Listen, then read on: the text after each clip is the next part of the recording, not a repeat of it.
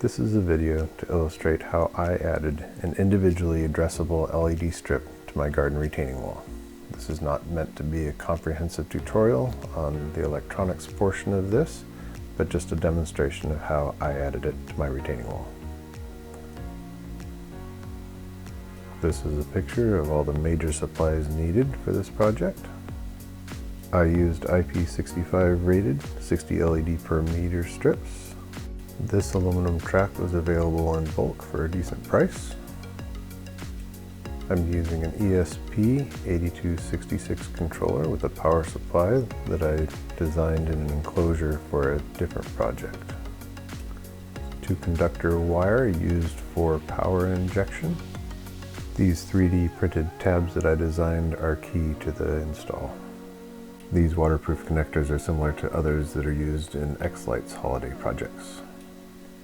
Again, this is not really meant to be an in-depth how-to video, but a brief overview of what was involved with my installation. There are some great videos out there that do a much better job than I can of showing the details of working with addressable LED strips, how to solder, how to calculate power requirements, how to get started with the ESP8266 or similar controllers, as well as the WLED application.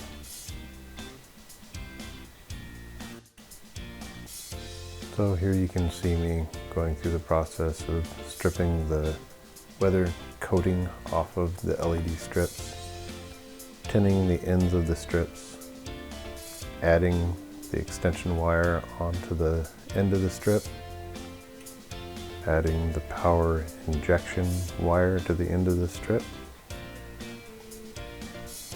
taking the stock wires off of the next strip will have to be added to the end of this one to lengthen it. I left this part of the video a little bit long because a lot of videos show how easy it is to make all these changes to these. Just strip off the weather stripping and solder it together. It's not really that easy. It's a bit fiddly and takes a bit of time.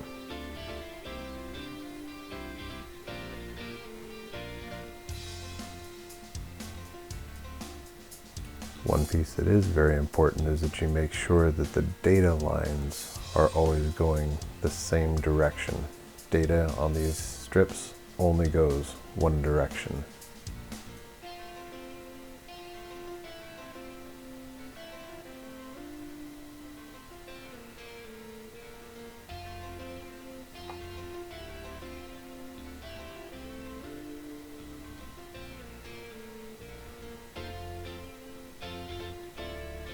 The track is a very basic aluminum extrusion. I'm holding it in place with brackets that I designed and printed.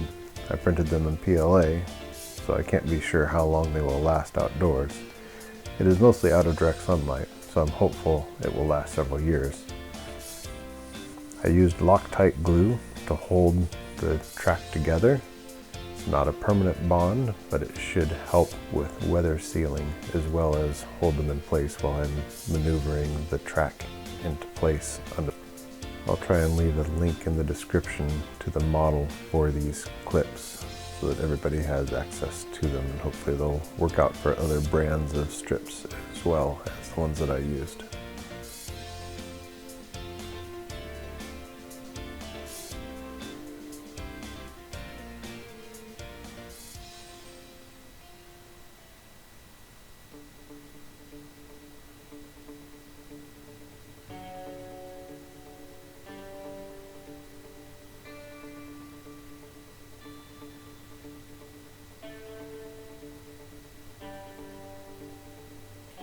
Here's the power injection wire I attached at the beginning. It will run to the middle of the strip as well as all the way to the end to inject power in both the middle and the end to distribute the voltage evenly throughout the strip.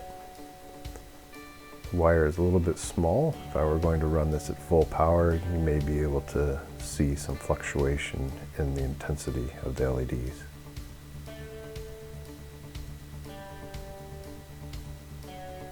I left the LED strip long so that I could cut it exactly to length once I had the track laid out and the LEDs laid out in the track.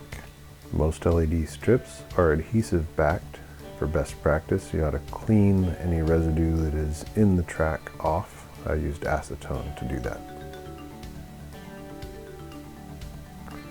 Stripped the protective layer off of the back of the LED strip and adhered it to the track.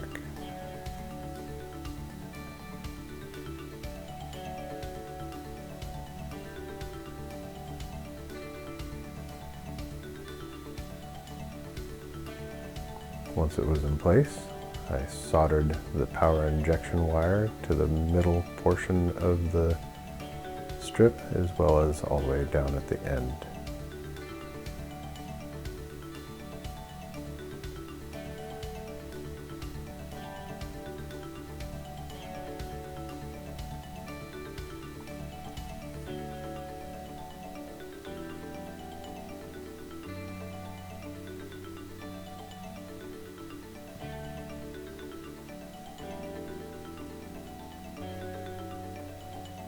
This track is wide enough that the power injection wire fits nicely alongside the LED strip, and I just used some of the Loctite adhesive to hold it in place so it doesn't dangle down in front of the LEDs.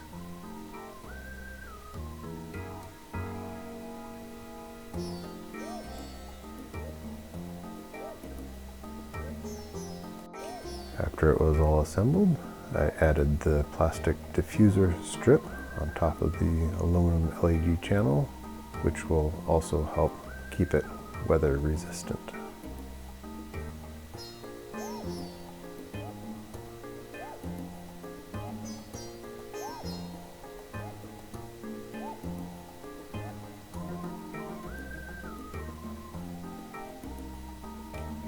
Once the diffuser strip was installed, the LED strip is a complete unit that can be installed underneath the lip of the retaining wall. So it's a matter of moving it down onto the ground. If you have a longer strip or a further elevation to move it, I would recommend having more than one person. Fortunately, this is a fairly low retaining wall, and it's only about a 25-foot strip. I was able to handle it by myself. Then it's a matter of just putting the tabs underneath the bricks and sliding it into place. These bricks are not glued or mortared into place, so there is a gap there that I can just push the little tabs in and it will hold the LED strip firmly in place.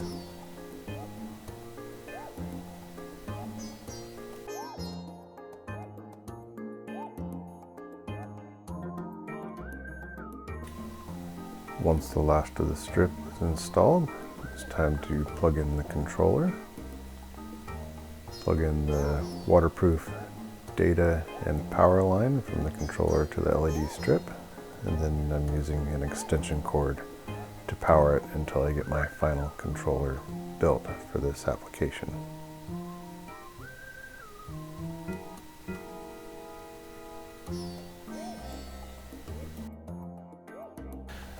The controller that I'm using, the ESP8266, is downloaded with the WLED user interface. I haven't actually gotten that to work perfectly, so I have to go and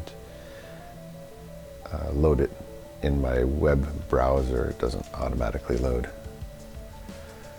Then you have to adjust the LEDs. You can see mine came up green to start with. It is supposed to be sort of an orange color, so you have to go into the UI user interface and change to the type of LEDs that you are using. Once you do that and you save it, then it should turn the orange color, which it did. So I made the right choice. If you choose the wrong one and it comes out the wrong color, you just go back and choose a different one until you get it right. And then I went through the different colors to verify that it definitely is in the right order. Then you have to go back. I am using a power supply that is much too small for the 450 plus LEDs that I have, which should be somewhere in the neighborhood of a 25 watt power supply. Mine is a 5 watt. So I am also making sure that I have a power usage limit from the user interface. The WLED control is a wonderful controller, and there are many videos out there that talk about WLED.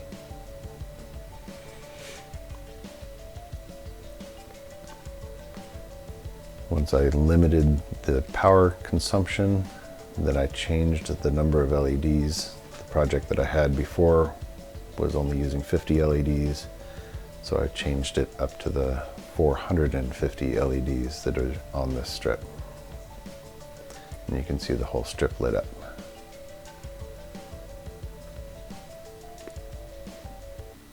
And this is the completed strip with all of the LEDs running the rainbow pattern and WLED. There are a ton of other little patterns that you can run.